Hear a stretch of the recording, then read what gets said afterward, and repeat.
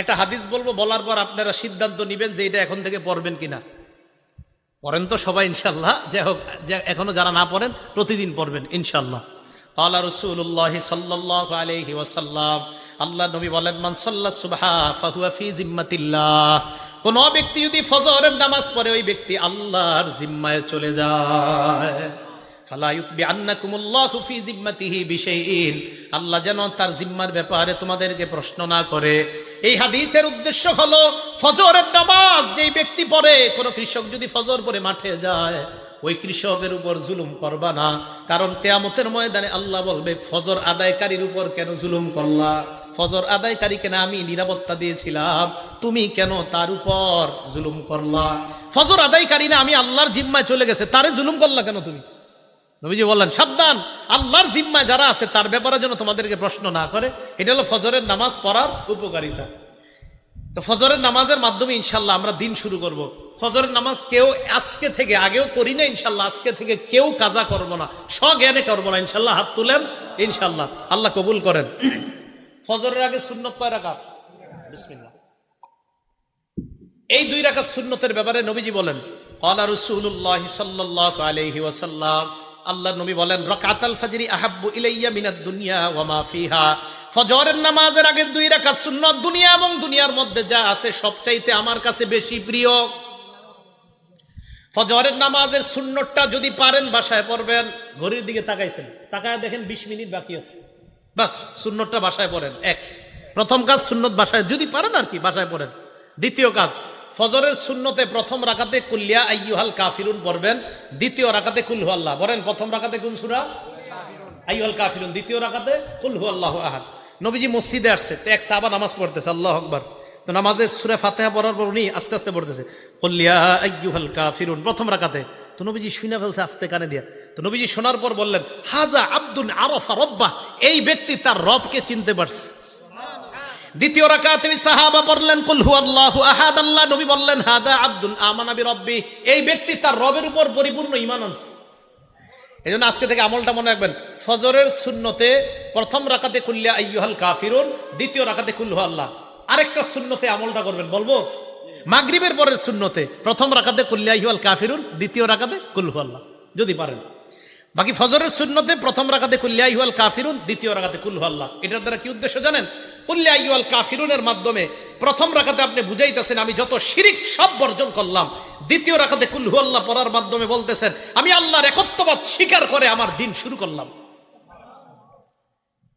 আরেকটা আমল যদি পারেন, যদি সম্ভব হয়, এটা ওলামারা পারবে, আপনারা যদি পারেন আর কি, কোরআন শরীফ মুখস্থ সাধারণদের মধ্যে মুখস্থ করার একটা আয়াত মুখস্থ করতে পারবেন না ইনশাল্লাহ? সূরা বাকারার 136 নম্বর আয়াত ফজরের প্রথম রাকাতে মাঝে মাঝে, সূরা বাকারার 136 নম্বর আয়াত, আল্লাহ বলেন, কুলু আমান্না বিল্লাহি ওয়া মা উনজিলা ইলাইনা ওয়া মা উনজিলা ইলা ইব্রাহিমা ওয়া ইসমাঈলা ওয়া ইসহাকা ওয়া ইয়াকুবা ওয়াল আসবাতি ওয়া মা উতিয়া মূসা ওয়া ঈসা ওয়া মা উতিয়ান নাবিয়্যুনা মির রাব্বিহিম লা নুফাররিকু বাইনা আহাদিম মিনহুম ওয়া নাহনু লাহু মুসলিমুন। এটা এক রাকাতে, ফজরের প্রথম রাকাতে। ফজরের নামাজের দ্বিতীয় রাকাতে পড়বেন সূরা আলী ইমরানের 64 নম্বর আয়াত।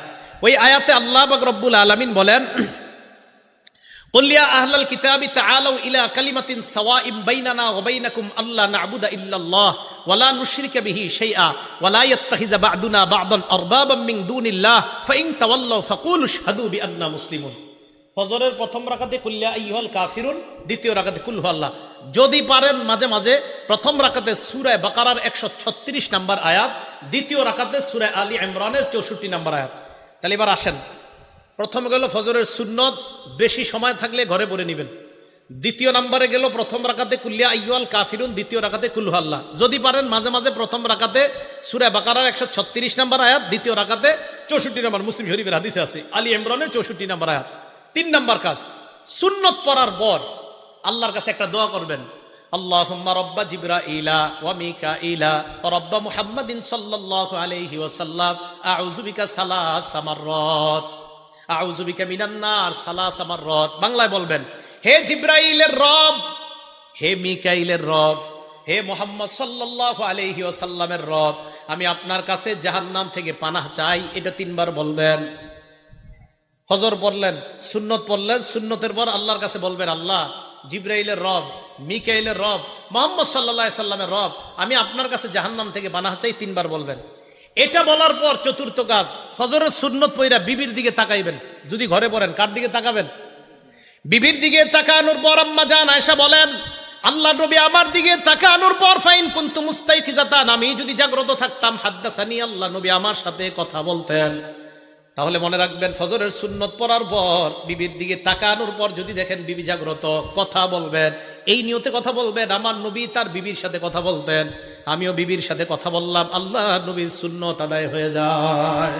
আম্মা জান বলেন, ফাইন কুনতু নাইমা, নবী আমার দিকে তাকায় যদি দেখতেন আমি ঘুমন্ত, আই কজানি, আমাকে জাগায়া দিতেন। তাহলে সুন্নত পড়ার পর বিবির দিকে তাকানোর পর আপনার 2 কাজ। 1 নাম্বার, যদি দেখেন বিবি জাগ্রত, কথা বলবেন। যদি দেখেন বিবি ঘুমন্ত, তাহলে বিবিকে জাগায়া দিবেন। এই গেল চতুর্থ আমল। পঞ্চম আমল যদিও করতে বলবো, আমি বলবো আপনারা বেশিক্ষণ করেন না। আম্মা জান আয়েশা বলেন, নবীজি যখন দেখতেন ফজরের অনেক সময় বাকি আছে, আল্লাহ নবী সুন্নত পড়ার পর ইত্তজা আলা শিক্কিহিল আইমান, নবীজি ডান কাত হয়ে একটু শুইতেন। আপনারা শুইলে তো ঘুমাই যাবেন। ফজরের সুন্নত পড়ার পর হযরত বেলাল ডাকার আগ পর্যন্ত নবীজি একটু ডান কাত হয়ে শুইতেন, আপনারা তো ঘুমাই যাবেন। আপনারা কি করবেন? পুরাটা করা দরকার নাই, একটু ডান কাত হয়ে শুয়ে আবার উঠে যাবেন। কেন? আমার নবীজি করছে তাই করলাম। সুবহানাল্লাহ, নবীজি করছেন তাই আমি একটু নবীর সুন্নত পালন করলাম। কি বলেন? ইনশাআল্লাহ করা যায় না? যদি ঘরে করেন আর কি। আল্লাহ তৌফিক দান করেন। এটা যারা তাহাজ্জুদ পড়ে তারা কিন্তু এই আমলগুলা করে নিয়মিত। আল্লাহ আমাদের সকলকে আমলগুলা করার তৌফিক দান। ভাই, একদিন নবীর সুন্নত পালন করেন না, একটা দিন করেন, অন্তত কিয়ামতের মাঠে বলতে পারবেন তো একটা দিন করেন না যে আল্লাহ আমি ঘরে সুন্নত পড়ছিলাম, সুন্নতের পর বিবিরে জাগ্রত করেছিলাম, বিবির সাথে কথা বলেছিলাম, আল্লাহ এরপর আমি একটু ডানকাত হয়ে শুয়েছিলাম। এই আমলগুলো তোমার নবী করতো, আমিও করছি। এই গেল ফজরের ব্যাপারে আলোচনা, ফজরের নামাজ এবং 5 ওয়াক্ত নামাজের ব্যাপারে আলোচনা।